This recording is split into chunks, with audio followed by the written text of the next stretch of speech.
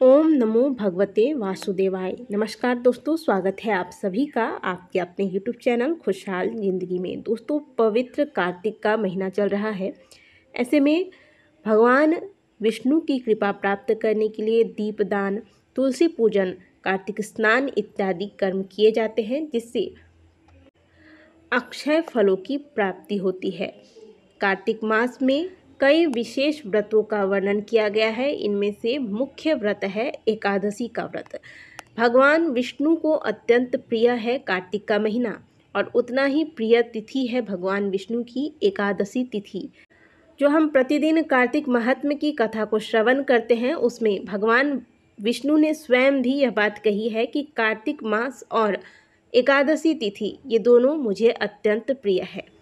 कार्तिक माह में स्नान, दान, पूजा पाठ, जप तप इत्यादि तथा एकादशी व्रत के पालन करने वाले भक्तों पर सदैव भगवान विष्णु की कृपा बनी रहती है।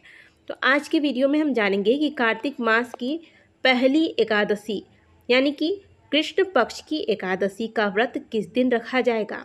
और क्योंकि इस दौरान हम प्रतिदिन तुलसी पूजन कर रहे हैं, और तो एकादशी के दिन तुलसी पूजन किया जाएगा या नहीं, या फिर किया जाएगा तो किस प्रकार से किया जाएगा, इस पे भी चर्चा करेंगे। वीडियो को आगे बढ़ाने से पहले आपसे रिक्वेस्ट है कि वीडियो को अंत तक जरूर देखें, और यदि आपको आज की दी गई जानकारी अच्छी लगे तो वीडियो को लाइक जरूर कीजिएगा।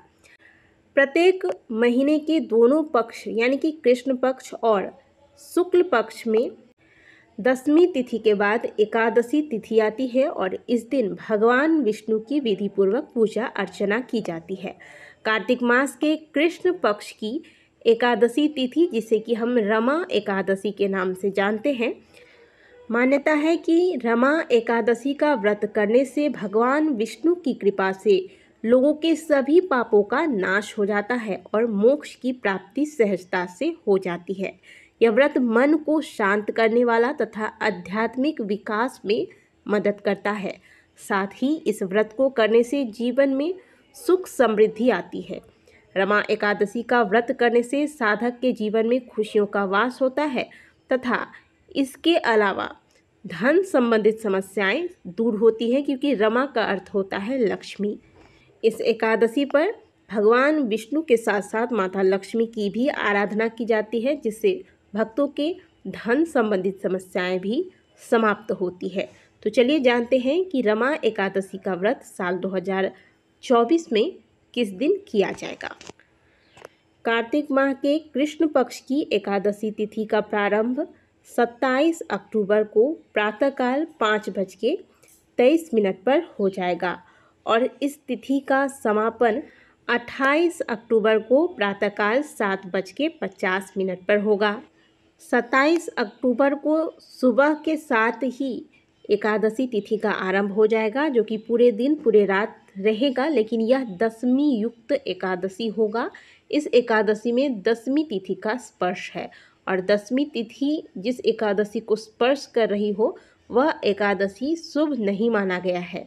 इसीलिए सदैव द्वादशी युक्त एकादशी को ही हमारे शास्त्रों में सही बताया गया है, तो जो कि हमें इस बार 28 अक्टूबर को प्राप्त हो रही है, क्योंकि 28 अक्टूबर को सुबह 7:50 तक एकादशी तिथि होगी। इस दिन सूर्योदय एकादशी तिथि में होगी, इसीलिए यह सूर्योदय व्यापिनी एकादशी होगी। पूरे दिन एकादशी तिथि मान्य होगी। साथ ही एकादशी के बाद द्वादशी तिथि आरंभ हो रही है, जो कि एकादशी को स्पर्श कर रही है, इसीलिए यह एकादशी का व्रत रखना ही श्रेष्ठ होगा।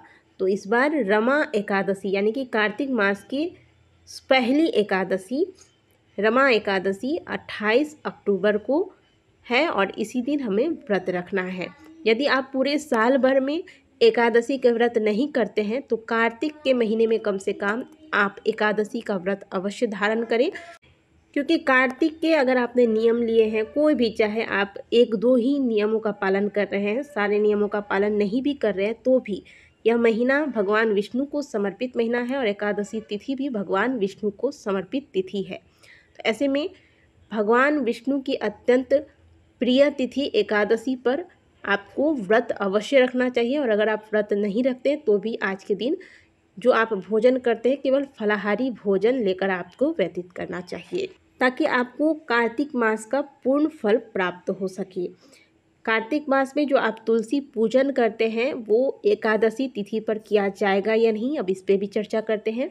कार्तिक मास की एकादशी तिथि पर तुलसी पूजन किया जा सकता है, लेकिन यदि फिर भी आपका मन नहीं मानता है तो जिनके पास शालिग्राम है, शालिग्राम जी को अगर आप तुलसी के पास रखते हैं या नहीं भी रखते हैं, आपने घर के आसन में विराजमान कराया है, तो आप कार्तिक के एकादशी पर तुलसी जी के पास शालिग्राम जी को विराजमान कराकर फिर आप पूजन कर सकते हैं। तब आप ऐसे में जल भी अर्पित कर सकते हैं तुलसी जी को।